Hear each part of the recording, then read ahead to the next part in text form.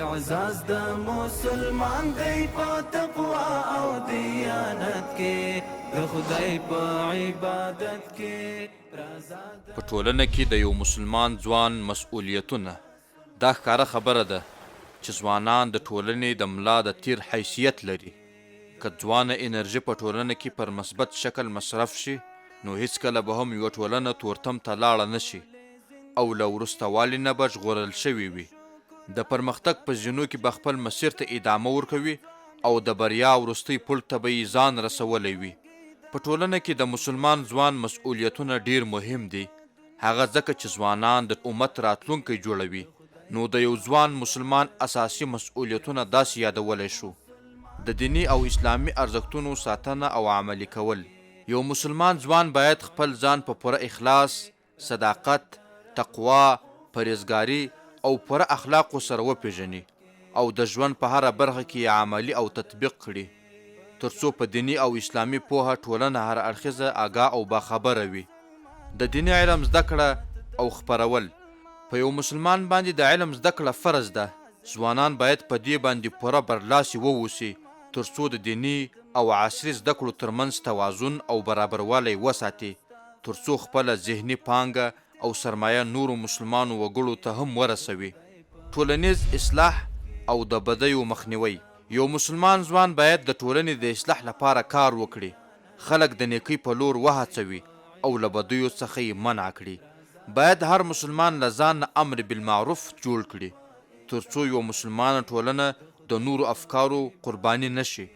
ټولنیز خدمتونه.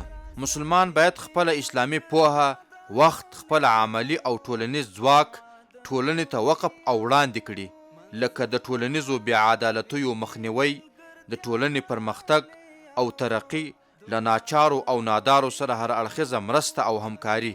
په ټولنه کې نیکه رویه او ښه اخلاق. پیغمبر علیه السلام فرمایلی دي: کامل مؤمن هغه دی چې اخلاق یې بشپړ وي. همداراز په بل حدیث شریف کې فرمایي: زه د اخلاقو پوره کولو لپاره رالیږل شوی یم.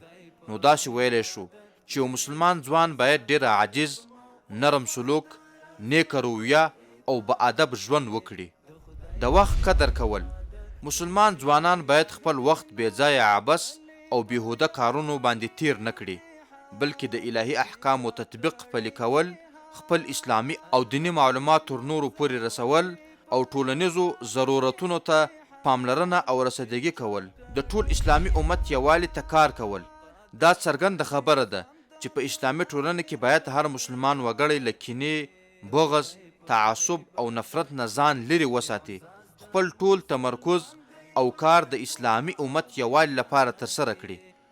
ټول مسلمانان یووالي، ورورولۍ او اتحاد ته وهڅوي او په ټولنه کې د یو مسلمان ځوان مسؤلیتونه په وینا نه بلکې په عمل کې باید ثابت شي. دا مسؤلیتونه نه یوازې د ژوند جوړښت او حدود ټاکي، بلکې د آخرت وروستی سفر او پایله هم پورې تړلې ده. که یو مسلمان ځوان خپل مسؤلیتونه وپیژني او په ورځني ژوند کې پرې عمل وکړي، نه یوازې خپل راتلونکی روښانه کولی شي بلکې د اسلامي امت عزت، وقار او برلاسي ته هم لاره هوارولی شي.